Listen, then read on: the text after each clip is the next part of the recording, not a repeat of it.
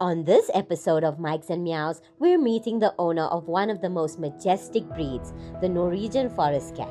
Big, fluffy, and full of personality. Let's find out what life with a mini Viking is really like. Today we're talking to Bronwyn Adendorf and her magnificent Magenta.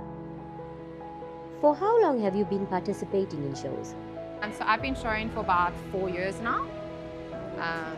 My breeder got me in and I've been going since. What was your very first experience at a cat show like? My first experience was my breeder basically dragged me along to a cat show and I didn't know what it was about at all because I've never done it. And so I arrived at my first cat show with my kitten in Woolworths, those material Woolworths bags. And my breeder just laughed at me and complained and said, "You can't arrive with a cat like that. What if he jumps out?" And I'm like, "Well, he's got a harness on, so it's fine." And I bought a carrier after that show. Was there a particular moment or cat that made you fall in love with the show world? There wasn't really a particular cat. I never knew what showing was, so I just really liked the breed, the Norwegian forest cat, and I love them to bits now. What do you enjoy most about being part of this community? I think it's a family, and a lot of people will say it's the Ouija family, because we are a very close-knit group of ladies, and we enjoy chatting. We know a lot about each other. We help each other out, and it's that team building. We're competing against each other, but we still. My babies are their babies and their babies are my babies. So that's what I love about it. What drew you to this particular breed? So we actually had a dog, a beagle, and we had a street cat, and both of them passed away a couple of months apart. And me and my boyfriend, we were fighting over, are we going to get another dog or another cat? Because we couldn't get both. And so we started researching what cats are like dogs, because I don't want to do the 2 a.m. opening up for a dog to run around the garden and chase hardy-dars. So I said, can we get a cat? And he wanted a dog that's got, a dog. So we researched and we came between the Mancoon and the Norwegian forest cat, because both of them have dog-like traits. And I went to see both breeds, and I like the Norwegian forest cat's elegant face compared to a Mancoon that's got a very grumpy looking face. And so I got my dog cat. What kind of preparation goes into showing your cat? Actually a lot of preparation. So they do get brushed daily. And then for the actual show, we do a 3-hour bath session. Because they've got a waterproof coat, it's very hard to actually get them wet. So when I'm bathing them, it takes a long time for this lovely lots and lots of hair to get wet. So we will bath them. That takes about an hour, and then we have to try blow dry all this hair again.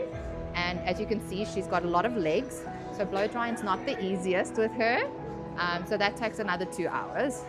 And then we're pretty much ready. And then on the morning, we just give a little bit of a brush on the face and the bimp, because she licks that. And that's it. What traits or qualities do the judges look for in your breed? So with the Norwegian forest cat, they need to have a lot of substance and be muscular. So they are a big breed. They are one of the wild cats, or they're the closest breed to a wild cat.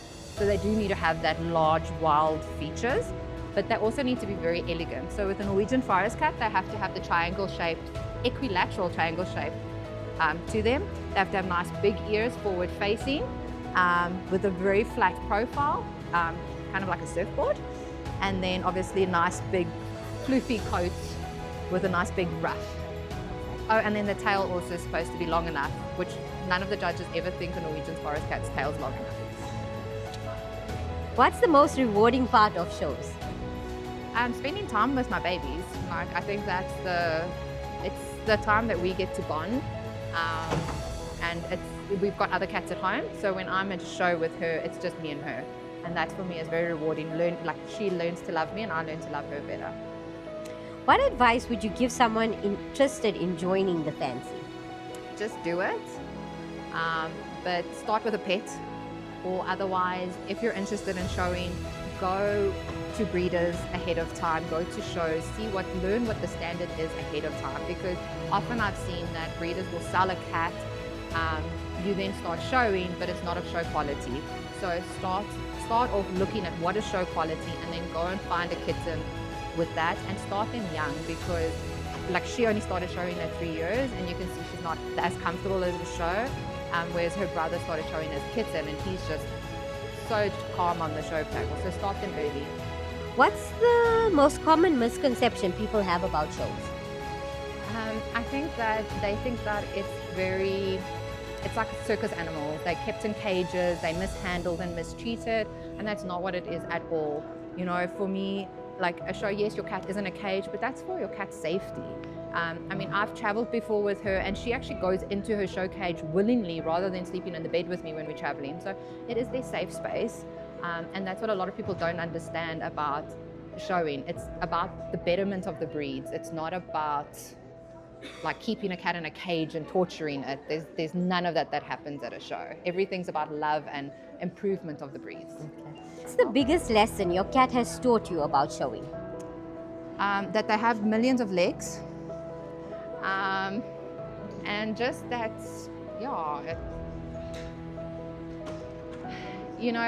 it is a competition. It can be tough, and you will get negative comments and you will get positive comments, and you just need to learn to love your cat for who they are and how wiggly and wormy they are.